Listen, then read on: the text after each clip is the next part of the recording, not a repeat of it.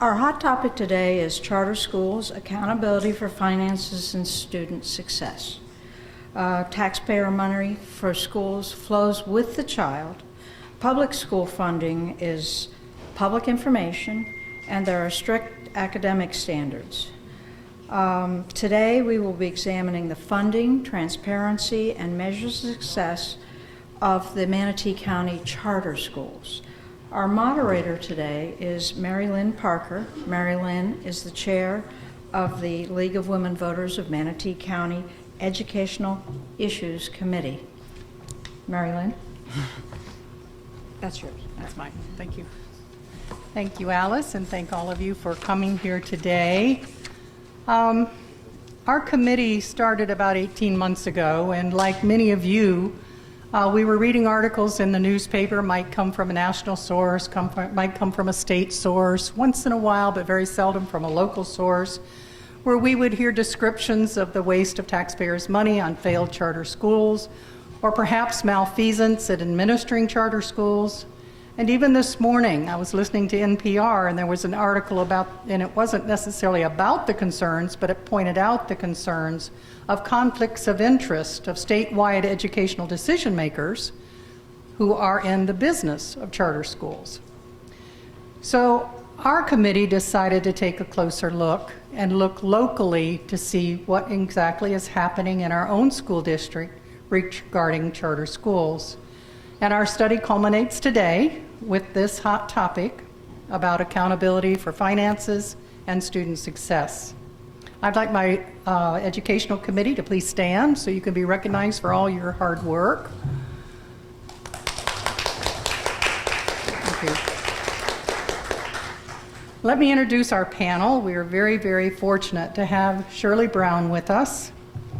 She was elected to the Florida House of Representatives and represented the 69th District as a Democrat from 1992 until 2000.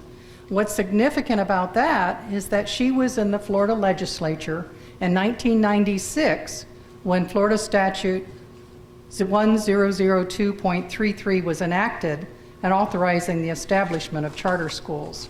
She's currently serving her third term on the Sarasota County School Board. So Mrs. Brown provides us with history, possibly some intentions and successes, and maybe some unintended consequences of the charter school legislation. And as a school board member, she certainly has experience in the role of the school board as the school district, as the authorizing agency for the school district to oversee. We also have Mitchell Teitelbaum, Esquire. Happy birthday, Mitch, and have some of his cake today. He is the Manatee School District General Counsel, reports directly to the superintendent, provides general legal advice and representation of the entire school district, and he oversees all district contracts, including charter school contracts, as well as all existing and new school board policies. And he attends all school board meetings, so he definitely has the background to describe for us all the requirements that are required of the sponsoring agency and of the contracts that we engage in with our charter schools. Dr. Frank Pistella is Director of District Support. He's a former principal in the school district, and he currently serves as principal at Palmetto Elementary. And as his main responsibility, Dr. Pistella supervises the oversight of Manatee School District contracts. So he can talk about the processes we have in place to support the charter schools and to hold them accountable for the contract that they have with the school district. We also have in the audience Dr. Valerie Hired. Valerie, would you stand? She's a specialist in the district support department, and she provides day-to-day support to fulfill those responsibilities of the school district as the authorizing agent. And we're very grateful to Dr. Heyer for working with our committee to gather the information that's on the table that you have as a handout. We also have in the room a former Manatee School District School Board member, Karen Carpenter, and we're happy you're with us today, Karen. Charter schools are nonprofit public schools operating under a charter contract with the School District of Manatee County. Charters are independent public schools which are physically and academically accountable to the school district, but exempt from many district requirements and most state statutes. Charter schools operate under their own governing board and are aligned with Florida Statute 1002.33. So we look at the Florida Constitution and what it requires of our public schools to be uniform, efficient, safe, secure, and high-quality system. So we wonder, are Florida's charter schools fulfilling this constitutional requirement? You have a handout, and I'm just briefly going to let you know what that handout will tell you. In the table are listed the 14 charter schools that are currently under contract with Manatee County. They're listed in the order that they originated. You'll see how they're managed. They might be managed internally, or they might engage an educational management company to manage them. Some of those companies are profit, some of those are nonprofit, and there's a code to see which ones each school has. We also have the student-teacher ratio, what grade levels they serve, how they score on the state accountability system, as well as the demographics of the schools. And along the bottom, you'll see what the Manatee County aggregate of those same pieces of data are. You'll also see whether they own or lease their building, which has some implications on some of the questions we'll ask today. And you also see what amount of capital building funds are given to the schools and what is actually being given to them for this school year, 2019-2020. So that's what you have, and on the back of that are some connections and links to references that I think you might find interesting if you'd like to dig a little deeper. So let's get on with the questioning. So our first question, we're going to look at the Florida statute, and we hope Shirley will be able to give us a brief indication of what taxpayers and voters should know about the legislation for charter schools. Well, charter schools were originally set up to offer parents a choice. You know, parents used to have to go to the school that they were living in, you know, in their neighborhood. And it was originally thought charter schools would be a lot like a magnet school.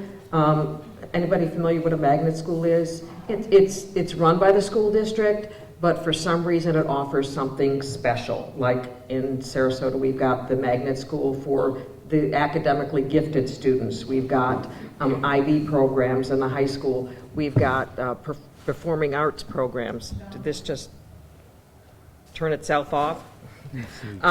So, you know, those are the kinds of things, you know, they were supposed to have, but what we end up doing is that business gets in. You know, and one thing I was surprised of back then even was how many legislators, even back then, had ties to these schools, were employed by these schools. In Sarasota, we try to ask, and we haven't approved many new ones. One thing that we are always asking them, what are you going to do differently than what we're doing now? And we ask them, have you gone into any of our schools? Middle schools is a place where they... I think if you're pushing it. Do I have to keep pushing that button? No, I think it's maybe if you're touching it, maybe turn it this way. Maybe I'm There you touching go. it. It seems to be an area that they go to. I'm going to hold it down the whole time and see if it stays. It's telling to drop the mic. Yeah. So I'll keep talking. One thing we wanted to do was allow them some innovation. And we thought maybe principals and parents might want to do that with a school. That's what we have. We've got a School of the Arts, because there was that problem when schools were looking to be cutting arts, and even some of the sports from the schools when the downturn happened. What's happened now, though, is that you've got for-profit management companies coming in. All charter schools are technically not-for-profit, but it's who's running the school. You have not-for-profit organizations that run the schools, and then they'll come back with reports that will show how many of their students will go on to college. It's interesting to know that the charter school people, they own the college too, and the only entrance they get are coming from their school. So, it kind of throws their numbers off. But again, more and more legislators are connected to these for-profits. There are even schemes out there for these companies that Hold it closer to you. that it gets into immigration issues where if they pay $500,000 to this thing that will help do a business, and some of them are going into the charter schools. We've got one in Sarasota that they keep bringing a charter school back up because people have invested this $500,000 into these businesses, and there's a law that says that if you invest $500,000, you and your family get to go to the front of the line on immigration. It's like, and it isn't even run by the government. So these are weird things that they do, and then the for-profit ones will set up the charter schools, and then they'll band them together in real estate trusts, and then they'll sell them out on the market. And to me, it's kind of like what they were doing with the mortgages. At some point, there's only so many people that can make money. We try to keep a close eye on ours, and we work closely with our charter schools because I think we need to. It's your tax dollars going to charter schools. But most of them have to comply with most of the laws. They have to take the test. They have to follow the thing. But we all know that when you get into those schools, some of the changes are different. One of the things that really bothers me as a school board member is a charter school, if they've got a student who's acting up or isn't following or isn't coming to school, they can kick them out, and then they come back to the regular school, the regular public schools. And Okay, that's very, very helpful, and I'm going to try to project, use my outdoor field experience. Mitch, could you give us an idea of how a school becomes a charter school? And if they're denied, what happens next? Yes, I can. Good afternoon. A charter school is governed by Florida Statute 1002.33. There's an application process which is due with new legislative changes by February 1st.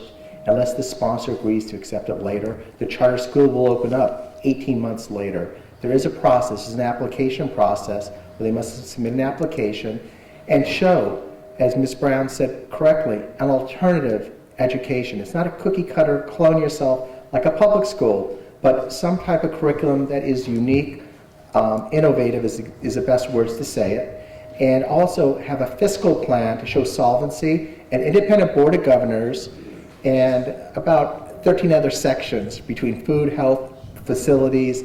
There's a rubric to it. So once you put in an application, it's reviewed by Dr. Vistella's team, which he grabs everybody from the district with Dr. Heyer, and they evaluate the school for their application, for capacity, and for compliance. And then from there are recommendations made to our superintendent, and then the superintendent will review all documents that were considered and make a recommendation to the board. Now, the next question was, what happens when they don't become a charter? And I'm going to answer that. There's an appeals process. You go up before a commission, and you go ahead and explain the denial.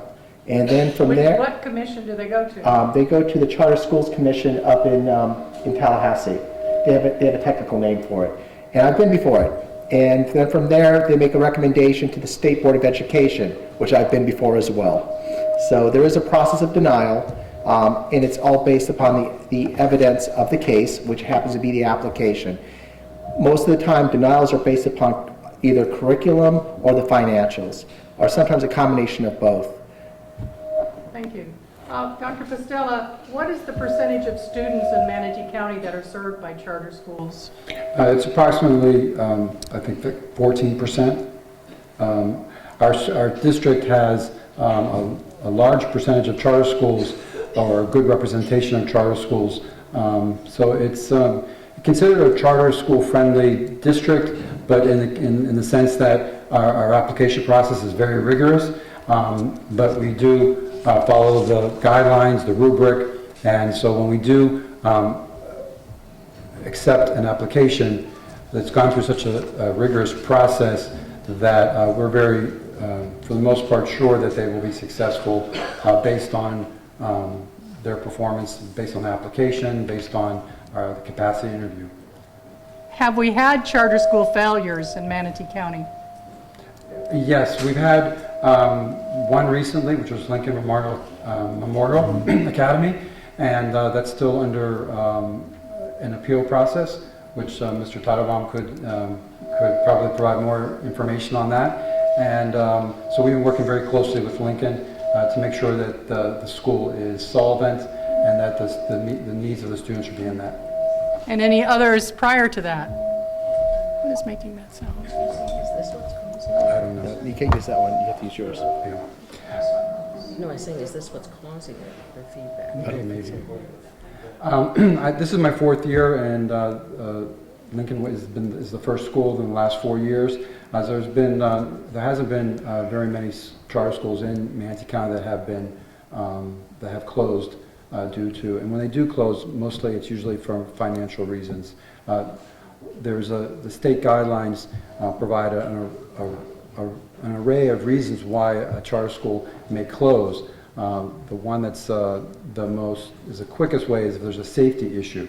But in general, in the state of Florida, charter schools that do fail, it's based on problems that they have with their finances. Okay, great. So let's talk a little bit more about the finances. Mr. Teitelbaum, could you walk us through the audit process for how districts look at that financial status, how often that's done, and how is this different than how we monitor our traditional public schools and their finances? Okay. In regards to charter schools, their finances are governed once again by statute, Florida Statute 1002.33, and we have a system in place through Dr. Heyer called CharterLink. Now, what's required is monthly financial statements. Now, they must be submitted monthly. There's no fund balance requirement for a charter school. Unlike the district, who must maintain a 3% fund balance, charter schools must show the ability to pay their current obligations. That's all that is required. Now, we have monthly financials being submitted. In addition to that, by statute, there's an annual audit to ensure that there's financial accountability is correct. And at this point in time, there is a particular rule which gets set into place.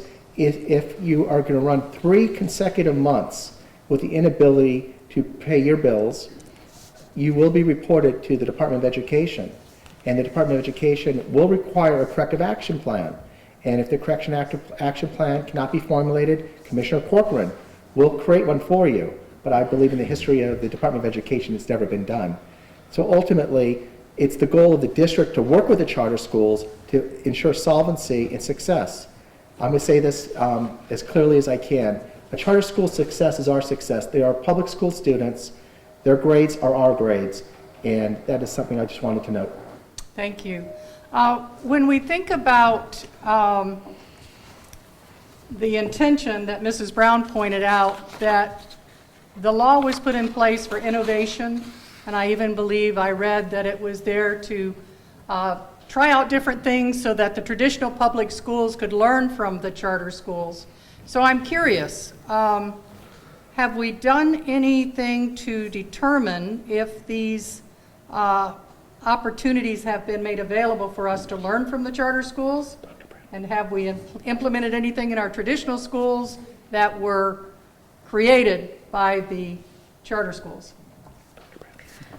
Well, I think when we had, what happens, what you get with charter schools, everyone talks, it's the poor performing kids who from the poor neighborhoods who want to get out and get into a new school. But in reality, what's happening, and at least in Sarasota, is oftentimes the more well-to-do families that were able to pull some of their kids out and put them in these charter schools, they were higher performing. And in fact, imagine, places, their schools where they're expecting higher, like Palmer Ranch. I'm sorry, but I don't know of any Title I kids who live in Palmer Ranch.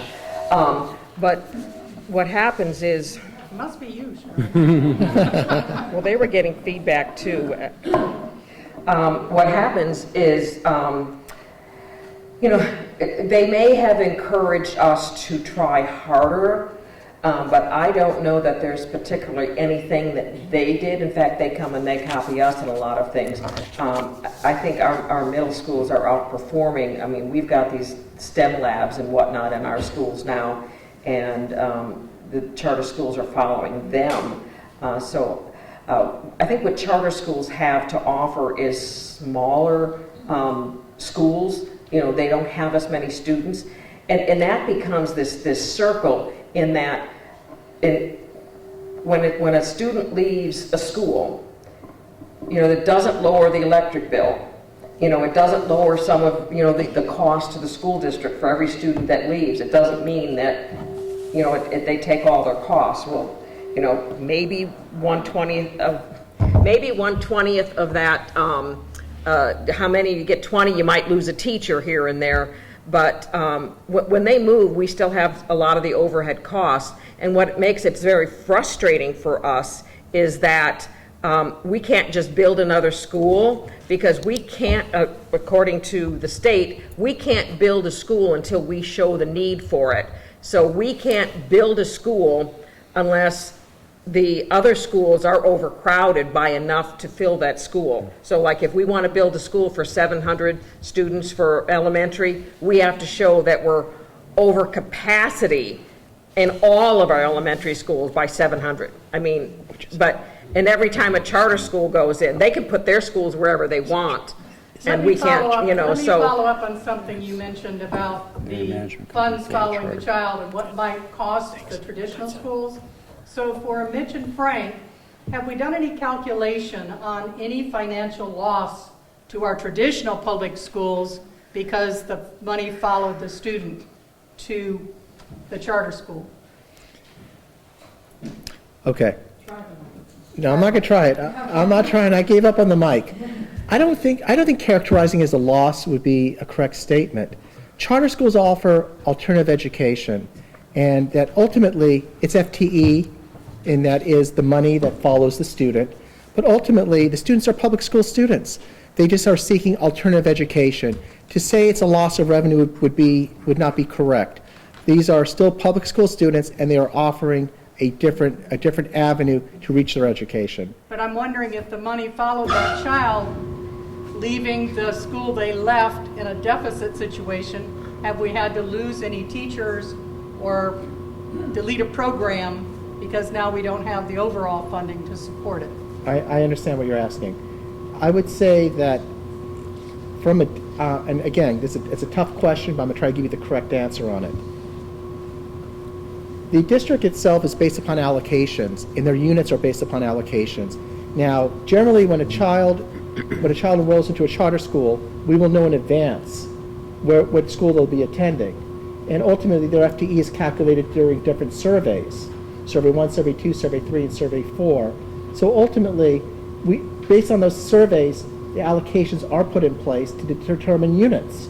So I'm not saying it doesn't happen, but ultimately, good accounting will tell us what our needs are on the public school level. And again, it's all based upon requirements of class size and things of that nature. If I could add, from a perspective of a past and also now a current principal, I don't ever recall a principal complaining, well, I lost 5 students because they went to a charter school. I think the principals, for the most part, they look at the students that they're receiving, they receive their allocation, and then they run the school accordingly based on that allocation. It's actually the opposite that usually happens, the opposite where principals say, boy, I just got 10 more students from this charter school, what's happening? Why am I getting more students from this charter? So it's usually the opposite. And also in some districts, it's actually, charter schools for some districts is really something that they need. If they are having a problem with they're not able to build enough schools quick enough, there has been districts who have actually gone out to seek charter schools to assist them because they just can't seem to build schools fast enough, and so charter schools have become a solution to some overcrowding and some problems with development. So it's actually sometimes the opposite is the case. Shirley, you have something to Yeah, add? there are some districts that work with, I mean, and if you see a district working with an entity to build a charter school, that's what we were looking for.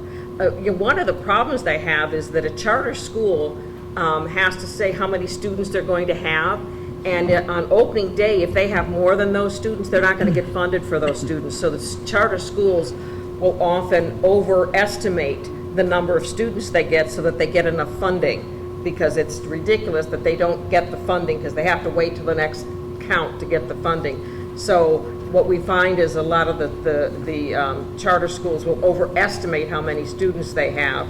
It's that first week of school, especially when we have the people from the north who don't think you have to come to school in August.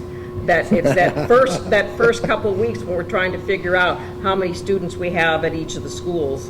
And not to disagree with you, but at least in the case of Manatee County, we receive their student projections. For example, we receive them in January and in March of this school year, and I haven't, in the last 4 years, I haven't seen the overestimation of student population or their projections, because they basically, we look at that very carefully and look at what they had this current year and what they're projecting for the following year, and in some cases their contract says they can't go over a certain amount. Their contract may say that they can't go over 600 students, for example, and so their projection is not going to be over 600. They're not going to be able to over project that because their contract ties them to a certain amount. So that's in Manatee County, that's how that works. We work with projections earlier in the school year for the following year. I do want to add something to this. You could project as many students as you want, but your building must have the capacity, the students stations for it. And ultimately, there's some schools where you'll be stuck. They'd love to have more kids, but their allocation on their what's called a fish report will not allow additional student stations. And something to note, which is a legislative nuance to it, if you don't get enough kids, there is an ability to terminate a charter as well. So there is certain safeguards built in to make sure there's financial solvency. If you are not able to get a certain percentage, that ultimately there is a legislative remedy already built into the statute. There's another inequality when you're talking about the buildings. The traditional public schools, in Tallahassee, they call those the government schools. They have government schools, charter schools, and the private schools.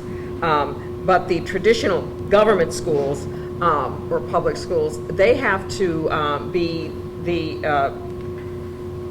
facilities when there's hurricanes and things like that coming. They have to be the evacuation shelters, and they have to be built to higher standards. The charter schools do not have to be built to those same standards, and even the parking lots and all of that other stuff, where the buses come in and all that, none of those things have to be met. They do have to meet a lot of the inside fire and safety, but the buildings themselves, it costs the school district more to build a school than to build a charter school. But then too, a charter school has trouble getting the money when they might have a charter for 3 years, 5 years. So they've extended those contracts. Now you can get them up to 15 years to help those charter schools to be able to go to a bank and borrow money to expand if they need more room. Let's look at the topic of the educational management companies. Of our 14 charter schools in Manatee County, 5 of them they engage an educational management company to help them manage their school. Some of these companies are for-profit, some of these companies are non-profit. We understand that some of the non-profit companies are affiliated with for-profit leasing agencies from which the charter school could rent its building. Some of this is of a concern to we taxpayers. So we're wondering about how does the money flow to the charter schools, and I know that goes by student, but is there any accounting for where the money flows after it goes into a school that is managed by an educational company that may have schools all over the state or all over the country? How do we know our local dollars stay with our local charter schools, or do we care? In Sarasota, we're very leery of out of state or even any of the private for-profit management companies. We only have Imagine. That's the only one we've let in so far. And we insist that they have a local governing board, but I understand they do have something that requires the board to be able, the management company, I think, can fire the board members too. But we have looked at some of these for-profit, and even what the curriculum is, we disagree. And you've read about, or maybe you haven't read about, how some of the voucher schools will discriminate against students. I understand that some of the private for-profit management companies, when they go in, and they have some also. I don't know how it is in Manatee County, but we're very leery of these for-profit management companies because we see how much of that money is leaving the county. And, like they might take, and Sarasota is different. We have a lot of local tax dollars going in. We pay like 80 to 90% of the dollars are our local dollars. And we have the referendum dollars, which we share. And we're very, in fact, I didn't want to share referendum dollars with an out-of-state, but they thought maybe we'd get sued for that, so I let them win that. But I'm very concerned when those dollars can get, because we can't tell them how much they can pay their principals or their administrators or their out-of-state. We do not set their budget. Now, they send us the financials, but we do not tell them what to do. It's their board and their administration that takes their dollars and tells them how to spend it. So let's talk a little bit about how students are identified or brought into the charter schools. Are there screening mechanisms by charter schools? Do they have to take all the students who apply? How do students end up getting into a charter school? When you asked that question, I was thinking about Dr. Heyer. She'd be a great person to respond to that. I have the information, but I think she'll do a much better job than me to explain. Can you talk out to the whole group? Yeah, try that. Like Come talk up here, though, so that the... Go to the podium, Dr. Heyer. Come to the podium so you can at least get you on the recording. And now, is she going to tell us what it actually is or how it's supposed to be? I'll give you both, both sides. Yeah. Good afternoon. Charter schools do have open enrollment. They cannot discriminate. However, they may give preference for, let's say, a board member's child, a teacher's child, that kind of thing. And they also may also give preference if the charter school has, for instance, like, take for example, Rowlett Middle School, which is for arts and communication and leadership. They do require a packet that the students create, like a little portfolio, as part of their admissions requirement. Oftentimes, very successful charter schools have waiting lists and what have you, but they are open enrollment. Now, there are cases, let's just take, for example, a very small charter school, such as VMA, Visible Men Academy. They only have 100 students, and they do only serve males. So they have a bunch of little boys running around, 100 of them.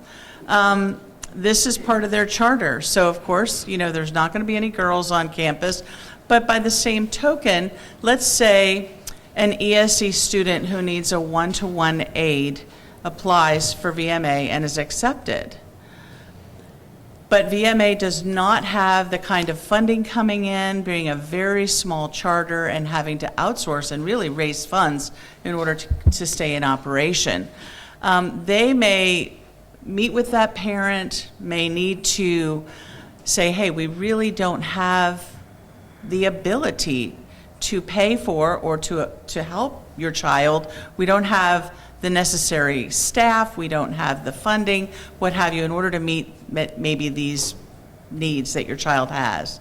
In that case, the parent would work with the district and the charter school to come to some sort of solution. Oftentimes, the districts are so much bigger, have so many more resources, and may be better served in a situation like that. However, it is incumbent upon charter schools to, work with students with disabilities and students who have English as a second language or English as is not their primary language. So I hope I answered that. The answer is yes, they're open to all public school students, but there are caveats and situations that do arise from time to time that need to be worked out. Thank you. And in reality, I've had parents who were saying that they had, especially like in kindergarten or when they first come over, they need to be, because if you have a student with disabilities, you're supposed to have an individual education plan where they go months and they do not set that meeting to even set that up, because that's one way of getting around it. We didn't have that done, or they'll drag their feet. Supposedly, in theory, they definitely are supposed to serve all students with disabilities, and it'd be nice if they'd come to the district and work with it. But I have anecdotally, people have called me, but nobody wants to go on the record where their student was not getting served in the charter school. I just want to put my 2 cents in. By an IEP, it's not optional for services. By law, you must give those services, and that school must be able to provide those services, charter or traditional, for that particular student. It's not a negotiable item, and we have accountability. We also have a coordinator that goes throughout the district to all of our charter schools to ensure compliance. And when it comes to we have checklists for pre-openings, and we also monitor them throughout the year. It's not laissez-faire, hands-off at Manatee County. It's intense involvement by a team that constantly monitors them for compliance issues. That includes ESE. Let's talk a little bit about the facilities that they're in. Mrs. Brown talked about the fact that they may not have to meet the same requirements for the building structure itself. But we also noted in our table that some lease their facilities and some own their facilities. So when a charter school were to close, I understand the district would own that facility that they own. Is that true? I can answer, you can answer. Okay.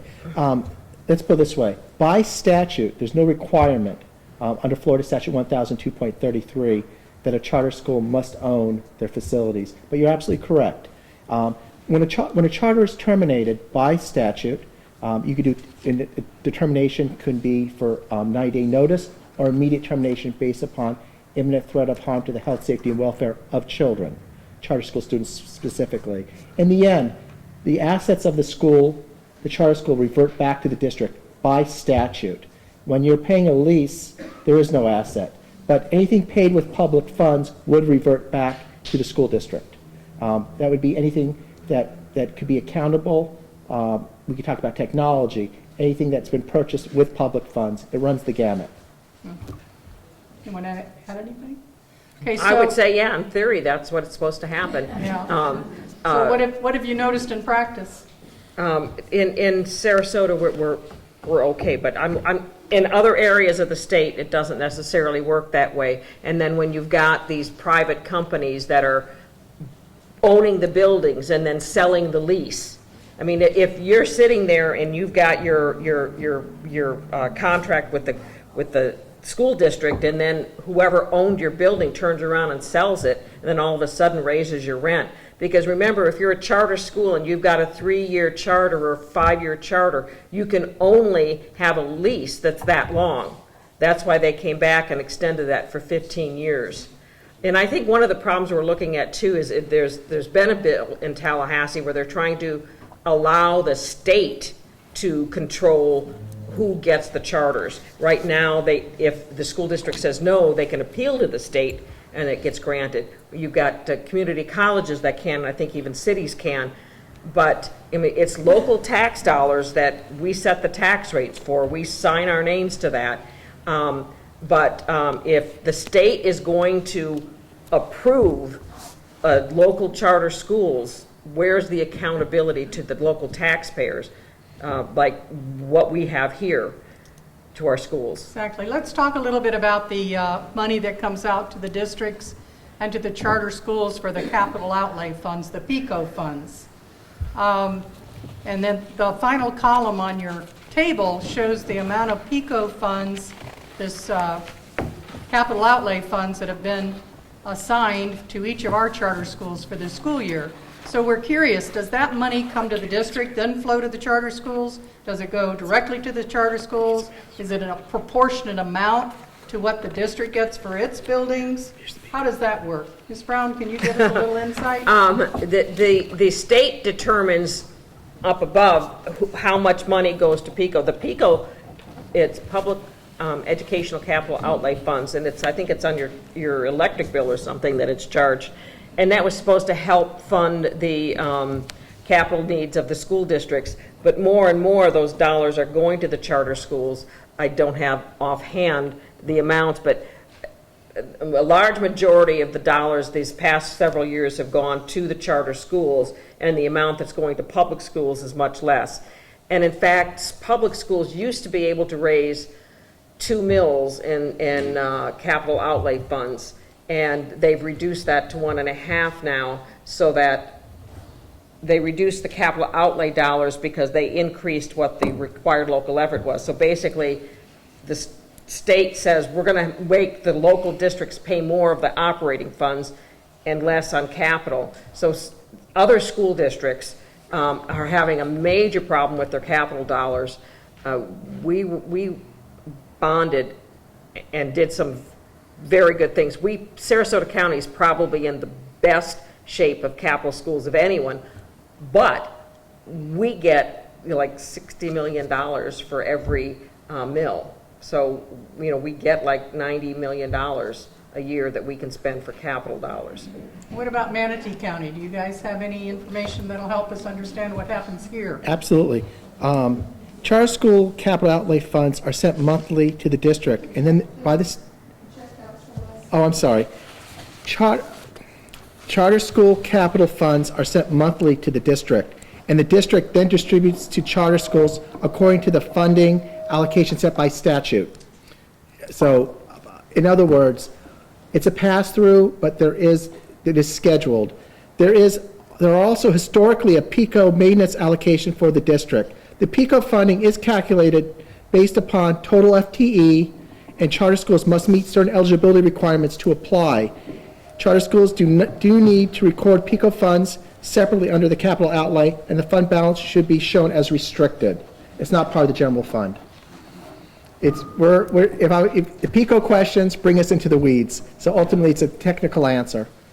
In many respects, to understand it best, it is a pass-through to a certain extent with restrictions and accountability measures built in. I just translated what I just said. But it doesn't necessarily translate into proportional amount that's coming to the district for their buildings?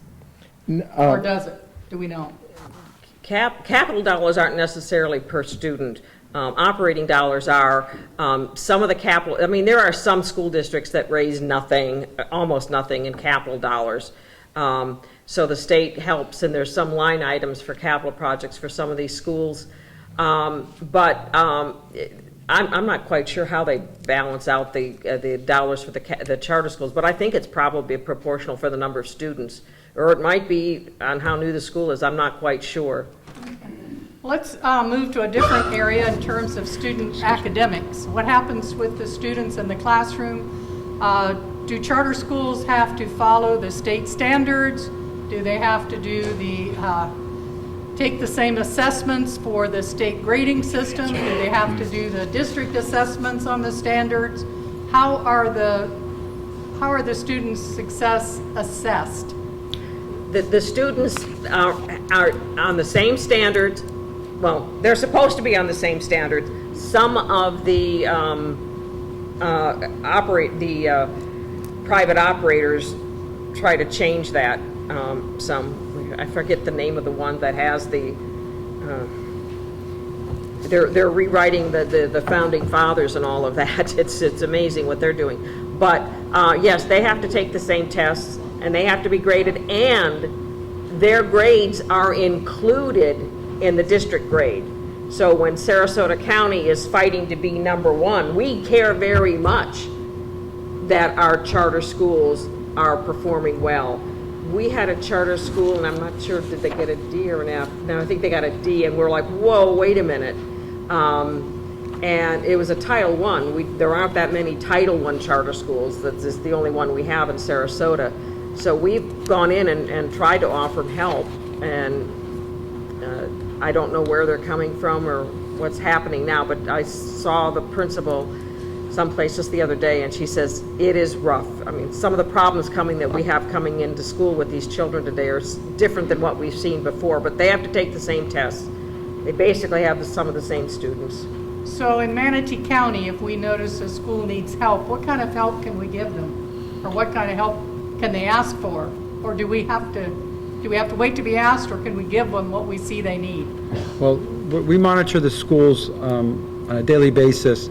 There's some reports and some monitoring that we do that if it's not daily, it's monthly or quarterly or annually. One of them is student achievement. So when we see a charter school that their achievement is low, we're looking at that. We've already looked at that school throughout the school year and have been monitoring their performance. And so that's something we do on an ongoing basis. And we can provide support. Sometimes the support may be in providing them with best practices. We have a renewal process with our charters where we go in, most of our departments visit the school and for a whole week when they're up for a renewal. And we'll have an instructional specialist, curriculum specialist, food and nutrition, facilities, safety, an array of departments visiting the school to do an annual, to do the renewal review. And with the results of that review come commendations and recommendations. And a lot of those recommendations involve instructional and curriculum type recommendations. And so we sit with the charter school at the end of that process when we have decided as a district whether the superintendent's going to be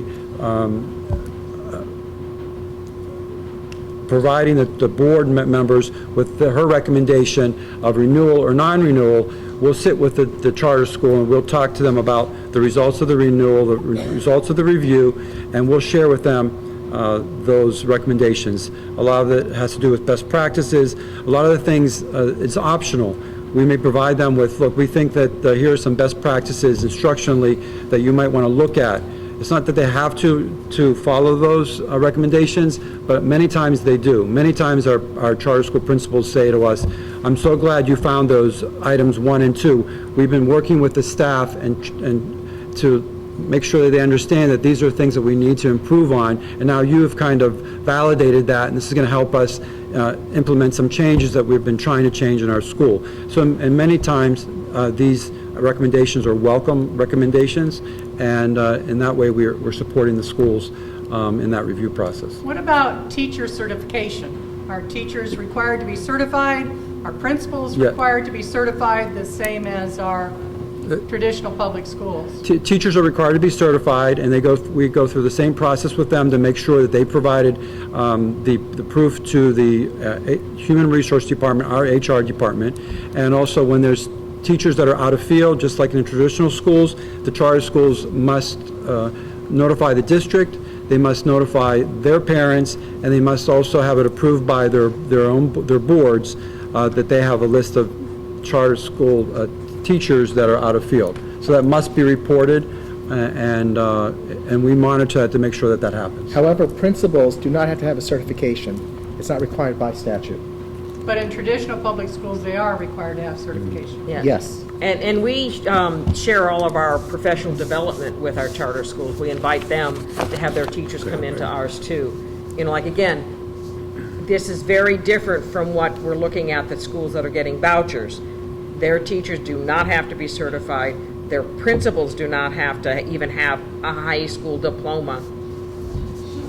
Well, maybe that'll be our next area of study. And just to add that Manatee County, the teachers and staff, they're able to attend the Manatee County professional development that we have offered throughout the school year. They have access to the online professional development system to sign up and to attend those classes. And from what I understand, charter schools can purchase services from the district with the money that has been given to them, as well as from private vendors. Yes. So what kind of services might a charter school purchase from the school district? For example, occupational therapy and physical therapy, or the services of the psychologist, district psychologist, or speech pathologist. Those are the type of services. A lot of times you see those exceptional student education services where the charter school makes a decision whether they're going to contract with the district to provide those services, or they're going to take the funding and that they're going to go on their own and contract with individual speech pathologists or whoever they may be. Or piggyback on some of our other contracts, but transportation and food and nutrition are big ones too. Agreed. So some of our charter schools might contract with the district to get their food service or their transportation for their students. It's not required, but some of them do. Okay, so we're available as a vendor in the traditional part. Yes. The school districts are allowed, I think they keep 5% of the dollars that go for some of those, the services that we have to do to follow up on some of these things and coordinate some of these things. And if they're a high-performing school, if they've been designated by the Florida Department of Education as being high-performing, then the amount is 2.5%. For the first, I believe, I don't know if 250 or 500, 250, the first 250 students. Okay, so we're just about to wrap up, and you'll have a chance to come ask your questions in just a few minutes. When you do, we'll ask you to come up here because that mic speaks to the recording. And so we need to have you captured. So if you didn't hear what happened up here, you can go to the METV and hear everything. So our final question. We touched on a little bit a while ago in terms of the local school board being the authorizing agency and our school district being the oversight agency for our charter contracts. But we all know that last year as voters, we were given, or we thought we were going to be given an Amendment 8 to vote on. And the League of Women Voters at the state level led a campaign to basically say the way Amendment 8 was worded was not constitutional. But that amendment would have given the authorizing agency's role from the local school board to the state, I assume Board of Education. I'm not sure who they thought they were going to do it with. We touched on this earlier, but assuming, just like many of these referenda, it will come back again. And as voters, I'm curious, what should we know are the advantages or disadvantages of having a district versus a state as authorizing agents? You're going to have to look for somebody else for the advantages. The disadvantages is there really is no local oversight of how those dollars are being spent. And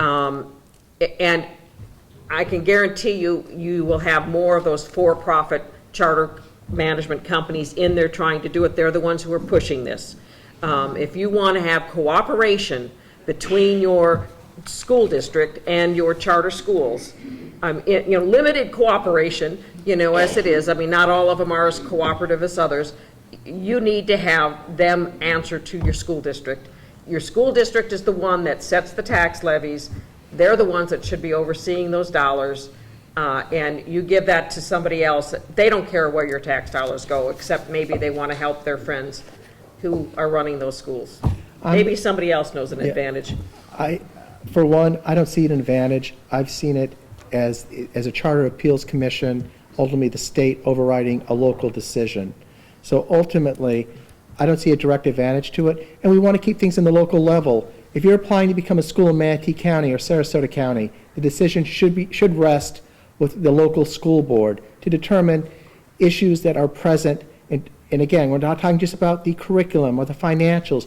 We are ultimately going to be the entity that has to supervise any new charter school. We should have a part in the decision-making process. It should not be abdicated to the state, because the fact ultimately the accountability and their success or failure is not going to be at the state level. It will be at the local level. When we said no to several schools that were coming in, especially those that were from those tax evasion or the immigration thing, they wanted to pick us and drop a school there. And we said, well, have you been to our middle schools? I mean, how do you think you're going to get students when you're putting it in an area where we've got A-rated schools? What are you going to do to draw your students? And no one has gone back and appealed our decision yet. Okay, any final words from you before you're grilled by our audience? Well, I would just like to say that in Manatee County, we have a very close working relationship with our charter schools. We have 14, and they contact us basically on a daily basis. Dr. Heyer and I receive emails, phone calls. On my cell, I get text messages, I get phone calls. They have my cell number, and we work with them on a daily basis. Sometimes they call and say, we have a situation, and I have this issue, and ask for advice. So we've been able to really increase the level of the working relationship and the trust between the district and the charter schools. And we have monthly principal meetings. So on a monthly basis, we meet with the charter school principals and we go over an array of topics, depending on the time of year. When it's time for testing, like our next is in February, the last Tuesday in February, we'll be giving them an update on the student achievement and testing. And we'll be going over safety reminders. And so we have an agenda every month. And those are ways for us to support the principals. And so sometimes when we have discussions about the charter schools, and it's something that's kind of like out there, it's like the boogeyman. Well, we know these people by their first names. We know their staff. We know their registrars. We know their senior secretaries. We know their teachers. And we visit the schools on a regular basis. And so we have a really good capture of what they're doing on a daily basis because we are in contact with them almost on a daily basis. So it's really like there's not this boogeyman out there, like I just said. These are people and charter schools that really want to do well, and for the most part, we've been very fortunate to have a group of schools that their student achievement has increased in the last 3 or 4 years.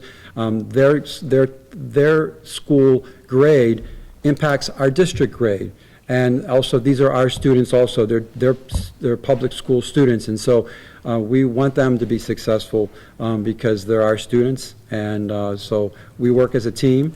And for the most part, we've been able to enhance that relationship, and it helps when you're dealing with an array of issues, whether it's finances, safety, curriculum issues, personnel issues, all those issues, we work with them throughout the school year. Okay, great. Who would like to ask them questions? If you'd come over here, Mrs. Rhodes, step up here, and I'm going to have to ask you to speak from here so you'll be captured in the filming. Oh, well, I know, but they want, ask Miss Rhodes. I know.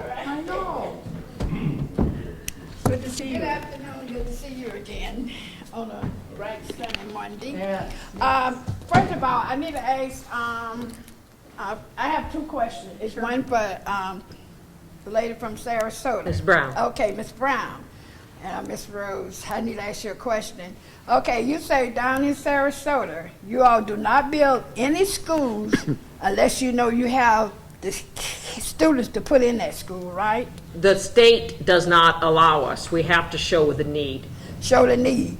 And so... Yeah, we're wanting to build a school. We've got some overcrowded schools near Palmer Ranch. You got We to want to have build a school, we overcrowded. can't yet. You got to have overcrowded school to do that. And when you write up that to the state, it got to be the right information going to the state, right? Right, but it looks at the whole county, not just that neighborhood. No, I'm just saying. Okay. And I need to ask, I know Frank Rigger, Torino, I know him from way back. I need to ask you a question. You had say that the safety of a charter school. Now, tell me what you mean by that. Well, for example, ready? Oh, you want me to get here? Okay. Yeah. Well, for example, the Marjorie Stoneman Douglas Act that was implemented, all the charter schools have to follow the same mandate as the traditional schools.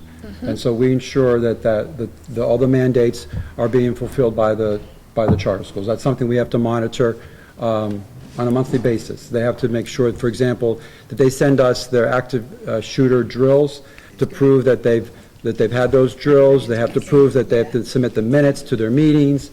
And so that's something that we do on a monthly basis with the charter schools. Okay, thank you. You're welcome. Can you repeat the question, please? 'Cause we didn't hear the question. Oh, I'm sorry. Okay, her first question was about building schools because of overcrowding. She was asking how schools get to be built, and there has to be the need, the overcrowding need, according to Ms. Brown, in order to build a school. And the second question was about safety. How do we assure that our charter schools are a safe place for students to be? Excuse me, I've been reading about access for LGBTQ students at charter schools being a problem in some areas. Can you talk about that? I'm not so sure that it was charter schools. I've been reading a lot about that too, but it's those private voucher schools that it's actually in their contract, you know, and a lot of them are religious schools, and they'll say that if either the student or their parents it's found out that they're gay, they'll kick them out. I don't know of any charter schools that have that. I mean, the charter schools have to follow the discrimination. Yeah, I'm going to say under the Florida statute, there's anti-discrimination policy set forth in Florida Statute 1002.33. What is making the headlines right now is a private school. It may have the same name of Bradenton, but it's not one of ours. And they're under scrutiny, and I believe in Orlando there's a list of 86 others. And again, from what I read only, it was within their background, they had to follow Christian values, which excluded the LGBTQ beliefs specifically. But again, it's not part of one of our applications for us, and I say our district, for our charter schools, because the anti-discrimination policy is set forth in their, not only in statute, but also in our contract. Every charter school must have a contract with the district. The district is a sponsor. That is written in. As Dr. Heyer said it very eloquently before, there's certain other safeguards that are built in. ESC is built in. ESOL is built in for second language. But So the what you're saying LGBT, we do have schools in Sarasota County that take vouchers. Now, I'm not sure which voucher they take, but the McKay scholarships are coming directly from your property taxes. I think the Gardner scholarships do too. And then there's the scholarships, the corporate scholarships are the ones that have hit the papers a lot in Orlando, because there's businesses, Wells Fargo, is it, said they stopped, and then there's several other businesses that have stopped contributing to that. So you're I could go on, but has anybody bought a car in the last year? If you did buy a car, you probably contributed to some of these schools, because there's $125 in your sales tax will go to these schools too. You're saying the private schools have an exclusion based on a religious A religious values. exemption, they can, yes, they don't have to Very follow sorry the to same hear that. discrimination laws. And just that in Manatee County in September, I believe it was our September principals meeting, we had a team of district staff people meet and discuss these types of issues with our charter schools, to provide guidelines and to let them know that the district is there to assist them, to make sure that students are being treated equally. Okay, next.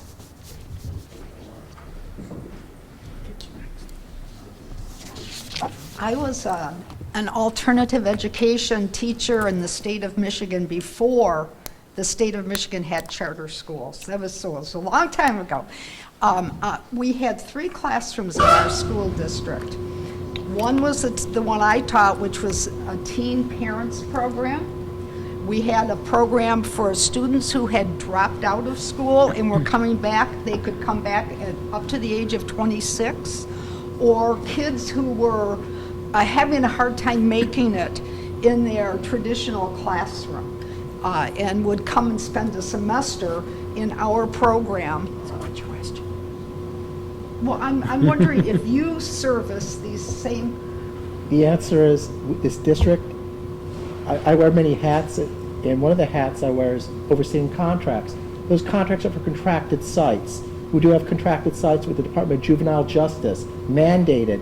There's other contracted sites as well that serve a population which is less than traditional. They're not charter, they do a direct contract with the district to service specific areas of students with some of the things you have mentioned. We also have programs also in place that do address this. There's no such thing as a charter per se for teenage pregnant students, but there are services that are available district-wide and very successful that will serve a niche in the population that you would never even think of.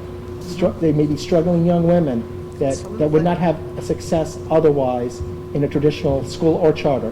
Why that is very difficult to do these days in the state of Florida is because they grade schools. We had a separate teen parent program in Sarasota. We had to take that and roll it into one of our A-rated high schools because the school was failing because these teen parents weren't passing the tests. And so if a school gets the F, then the state comes in and takes it over. So it's very difficult to have a school that is just for struggling students anymore. So what we have to do is have things that we roll into our school or contract outside of the school. And a lot of that has to do with we can't have any F-rated schools because the state will take them over.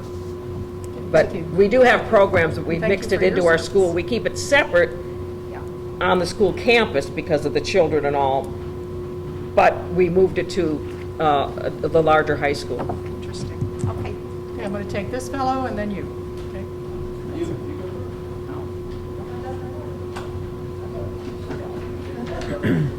Okay. Hi. My question is concerning ESE students in charter schools. Sure. Do parents have to reveal that they have an ESE student that has an IEP before they apply to charter school when they apply? I can't hear you. Okay. Am I talking in this now? You'll have to just project. Oh, project this way. Okay. My question is concerning ESE students in the charter schools. Does a parent have to Disclose it. let them know ahead of time that their child does have an IEP, is an ESE student, or they just apply like any other student to the charter school? So if a special needs students come, do they have to come with an IEP in hand in order to get services, or will the school develop an IEP for them? No, that's not or my with them? question. My question is, as a parent, say I have an ESE student has an IEP, do I have to let the charter school know ahead of time when I'm applying that student is an ESE student? I think if I was a parent and I had a student that had an IEP from a public school or a Correct. traditional public school, Correct. I would definitely ask that charter school, are you going to be able to provide the services my student needs? Okay, and if you ask that question, they say no, are they allowed to say they can't provide the services? No, they're supposed to provide the services. So as a parent, if you tell them ahead of time you have a child with an IEP, they could give excuses why they won't take your child, so not even get them into school. But once you're in the school, they're supposed to provide the services, correct? But at the time, once they're in the school, and if the charter school is having an issue providing the services, because say it's the child needs a self-contained classroom and there's only one student that would qualify for that in that school, then they work with the district to look at the best placement for that child. And most of the time, the parents working with the charter school and the district, they normally come up with reach consensus on what the best placement for their child is. I know it costs more dollars to educate a special needs child or a child with an IEP, and that The state gives more dollars Correct. to a Correct. student that's a weighted funding. Correct, I understand that. Because my experience, okay, I'm an occupational therapist. I worked in Sarasota County Schools for 37 years. I started the OT program in Manatee County. Also, in Sarasota. She's an occupational therapist. Okay, I worked in the public school system for 37 years with special needs students, and what I found that many of my students would go to a charter school only to come back to us a couple months later saying they don't have the services. They can't provide the LD teacher or the occupational therapy or the physical therapy, and I would say that's not true because my understanding is they have to provide that service. But to force them to provide that more and more parents need to complain about it so that perhaps the school district or the state would take their contract away. But in reality, They don't. the parents don't want to go through all of that. I mean, in reality, they're going to sue. I mean, Well, yeah, that that's goes true. on, and it takes years, and it costs a lot of money. I'm not talking about, I'm talking, they're not set, my understanding, from my experience, charter schools are not set up to take our ESE students.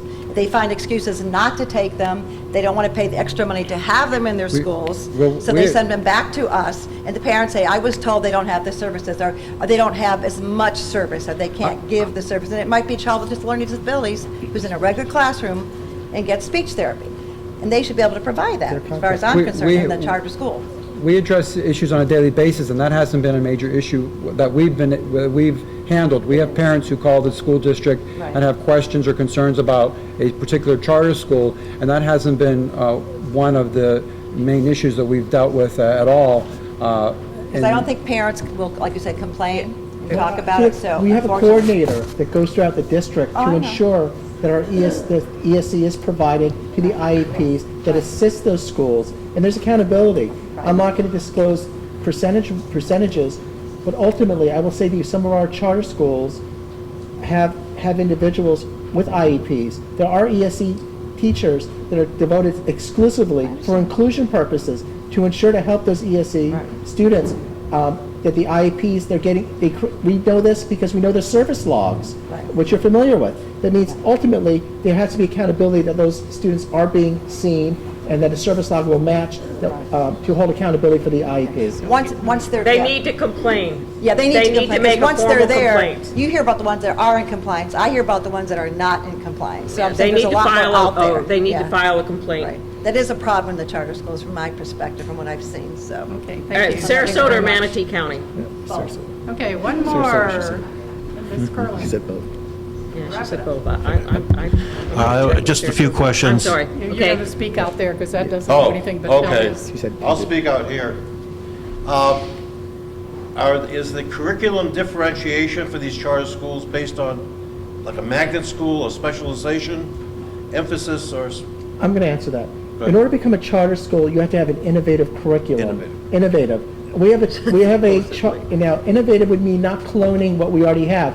We have a charter school right now in the parish community that has differential learning, which is as innovative as you possibly can get. However, as long as it's tied to the Florida Sunshine Standards, that's what it says in the statute. Ultimately, as long as it's tied to our standards, it is acceptable curriculum. They have to be, you have to show something that is unique, but at the same time, magnet, they could be magnet. The Rowlett Middle Academy was already said a communication school. We could have an art school. It's something that would offer, it's really meant to supplement what traditional schools have to offer for those charter school students. Okay, and in terms of the standards for a school, in terms of acreage, facilities, open space, whatever other standards are used, they're not accepted from those standards, are they? Do they have to comply with those standards? You can't have storefront charter schools that have no recreational facilities.